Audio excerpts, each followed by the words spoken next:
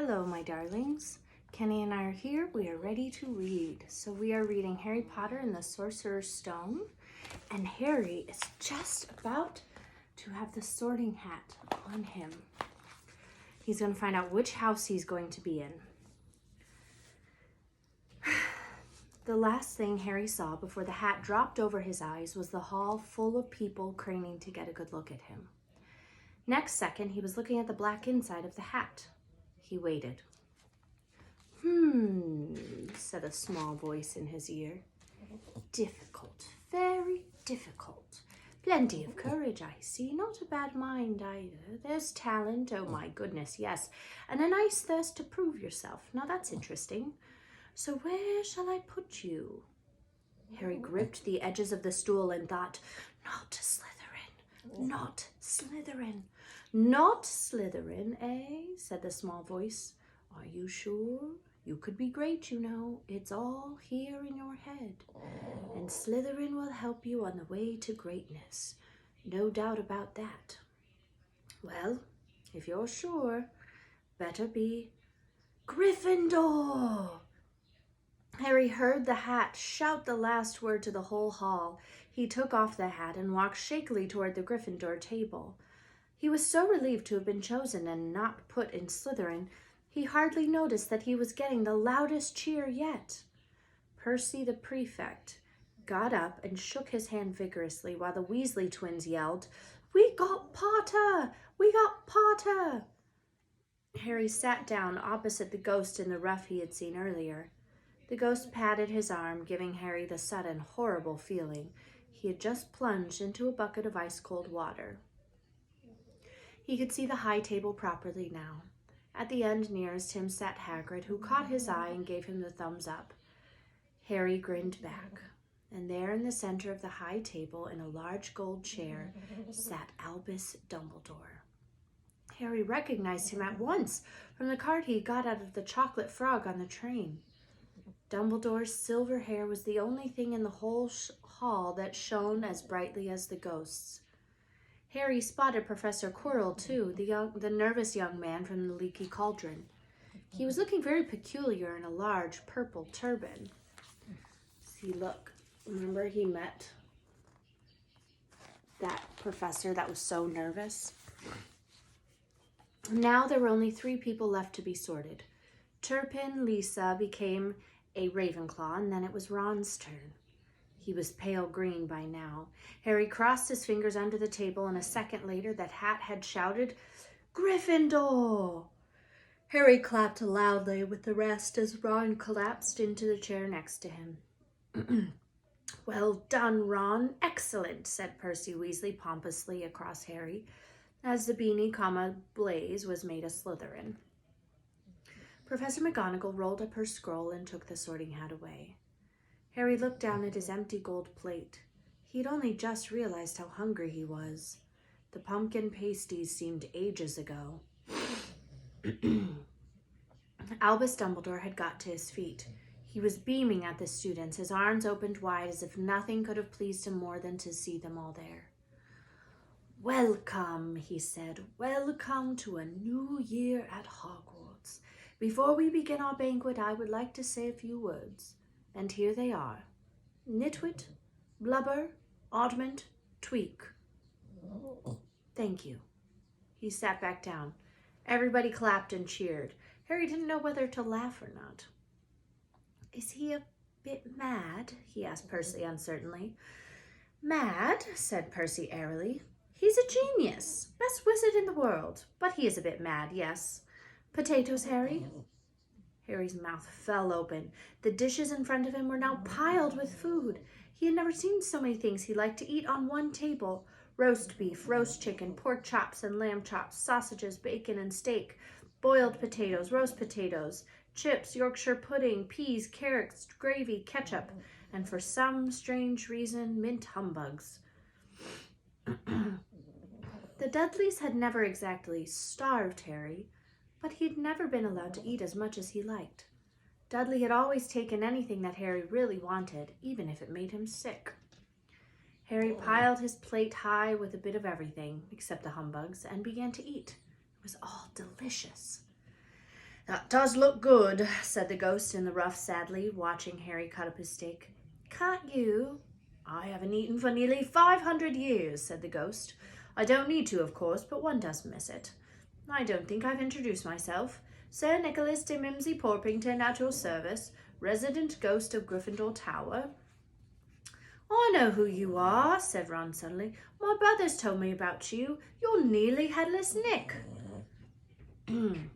I would prefer you call me Sir Nicholas de Mimsy. The ghost began stiffly, but sandy-haired Seamus Finnegan interrupted. Nearly headless? How can you be nearly headless? Sir Nicholas looked extremely miffed, as if their little chat wasn't going at all the way he wanted. Like this, he said irritably. He seized his left ear and pulled. His whole head swung off his neck and fell onto his shoulder as if it was on a hinge. Someone had obviously tried to behead him, but had not done it properly. Looking pleased at the stunned looks on their faces, nearly headless Nick flipped his head back onto his neck and coughed. So, new Gryffindors. I hope you're going to help us win the house championship this year. Gryffindor has never gone so long without winning. Slytherin have got the cup 6 years in a row. The Bloody Baron's becoming almost unbearable. He's the Slytherin ghost. Harry looked over at the Slytherin table and saw a horrible ghost sitting there with blank staring eyes, a gaunt face, and robes stained with silver blood. He was right next to Malfoy, who, Harry was pleased to see, didn't look too pleased with the seating arrangements. How did he get covered in blood? Asked Seamus with great interest. I've never asked, said nearly headless Nick delicately. And there's a really cool illustration of nearly headless Nick. Kind of gross, but really cool. When everyone had eaten as much as they could, the remains of the food faded from their plates, leaving them sparkling clean as before. A moment later, the puddings appeared, blocks of ice cream in every flavor you could think of: apple pies, treacle tarts, chocolate eclairs, and jam donuts, trifles, strawberries, jelly, rice pudding. As Harry helped himself to a treacle tart, the talk turned to their families. I'm half and half, said Seamus. Me dad's a muggle. Mam didn't tell him she was a witch till after they were married. Bit of a nasty shock for him. The others laughed. What about you, Neville? Said Ron.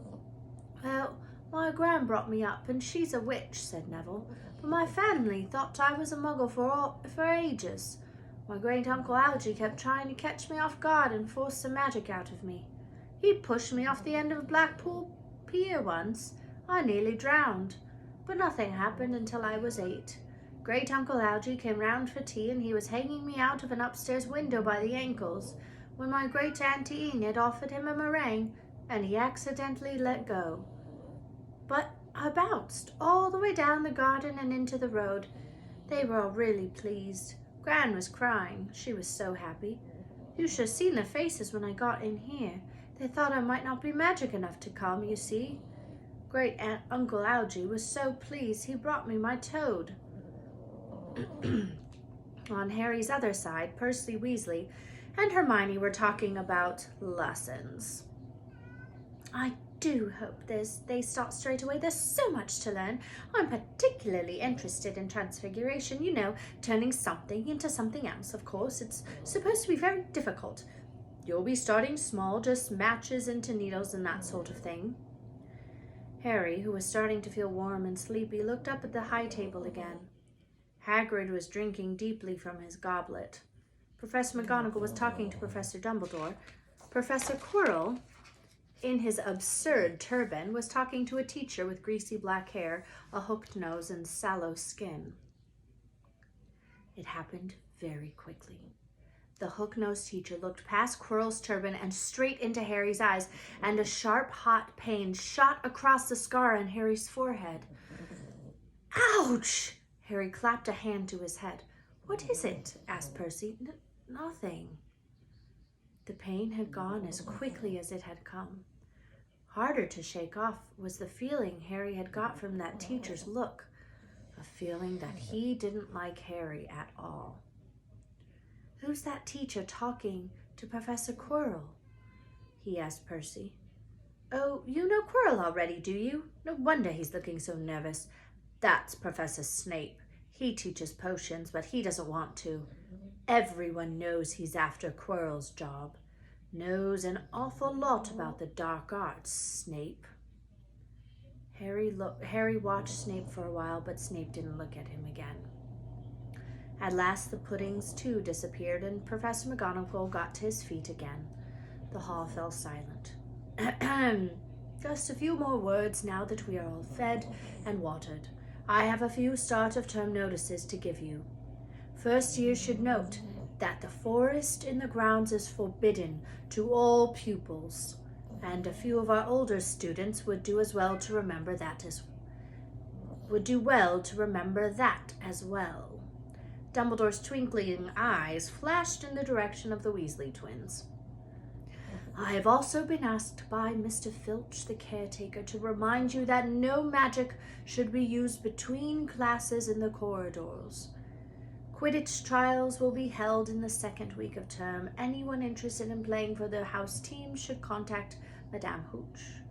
And finally, I must tell you that this year, the third floor corridor on the right-hand side is out of bounds to anyone who does not wish to die a very painful death. Harry laughed, but he was one of the few who did.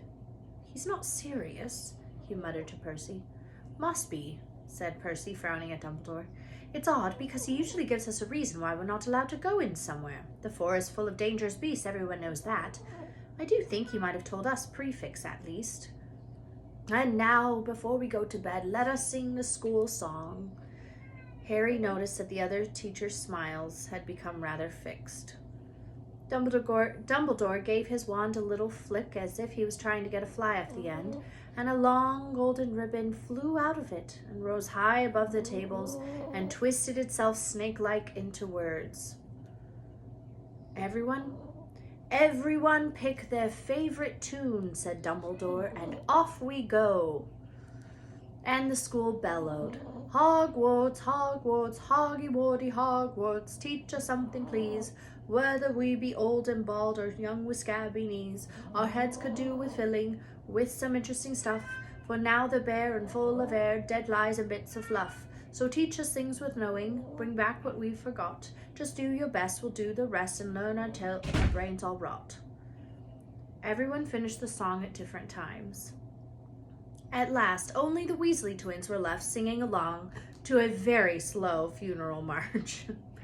Dumbledore conducted their last few lines with his wand, and when they had finished, he was one of those who clapped loudest. Ah, music, he said, wiping his eyes, a magic beyond all we do here. And now, bedtime, off you trot. The Gryffindor first years followed Percy through the chattering crowds, out of the great hall and up the marble staircase. Harry's legs were like lead again, but only because he was so tired and full of food. He was too sleepy even to be surprised that the people in the portraits along the corridors whispered and pointed as they passed, or that twice Percy led them through doorways hidden behind sliding panels and hanging tapestries. They climbed more staircases, yawning and dragging their feet, and Harry was just wondering how much farther they had to go when they came to a sudden halt. A bunch of walking sticks was floating in midair ahead of them, and as Percy took a step toward them, they started throwing themselves at him. Peeves, Percy whispered to the first years. A poltergeist. He raised his voice. Peeves, show yourself. A loud, rude sound, like the air being let out of a balloon, answered. Do you want me to go to the Bloody Baron? There was a pop, and a little man with wicked dark eyes and a wide mouth appeared, floating cross-legged in the air, clutching the walking sticks. Ooh, he said with an evil cackle. Ickle firsties, what fun! He swooped suddenly at them, and they all ducked. Go away, Peeves, or the Baron will hear about this. I mean it, barked Percy. Peeves stuck out his tongue and vanished, dropping the walking sticks on Neville's head. They heard him zooming away, rattling coats of armor as he passed. You want to watch out for Peeves, said Percy as they set off again. The bloody Baron's the only one who can control him. He won't even listen to us prefects. Here we are. At the very end of the corridor hung a portrait of a very fat woman in a pink silk dress. Password, she said. Caput Draconis, said Percy, and the portrait swung forward to reveal a round hole in the wall. They all scrambled through it, Neville needed a leg up, and found themselves in the Gryffindor common room, a cozy round room full of squashy armchairs. Percy directed the girls through one door to their dormitory and the boys through another. At the top of a spiral staircase, they were obviously in one of the towers, they found their beds at last. 5 four-posters hung with deep red velvet curtains. Their trunks had already been brought up. Too tired to talk much, they put on their pajamas and fell into bed. Great food, isn't it? Ron muttered to Harry through the hangings. Get off, Scabbers! He's chewing my sheets. Harry was going to ask Ron if he had had any of the treacle tart, but he fell asleep almost at once. Perhaps Harry had eaten a bit too much because he had a very strange dream. He was wearing Professor Quirrell's turban, which kept talking to him, telling him he must transfer to Slytherin at once because it was his destiny. Harry told the turban he didn't want to be in Slytherin. It got heavier and heavier. He tried to pull it off, but it tightened painfully. There was Malfoy laughing at him as he struggled with it. Then Malfoy turned into the hook-nosed teacher Snape, whose laugh became high and cold. There was a burst of green light, and Harry woke, sweating and shaking. He rolled over and fell asleep again, and when he woke the next day, he didn't remember the dream at all. And tomorrow we will start on Chapter 8, The Potions Master. Have a lovely day. Love to you all. See you tomorrow.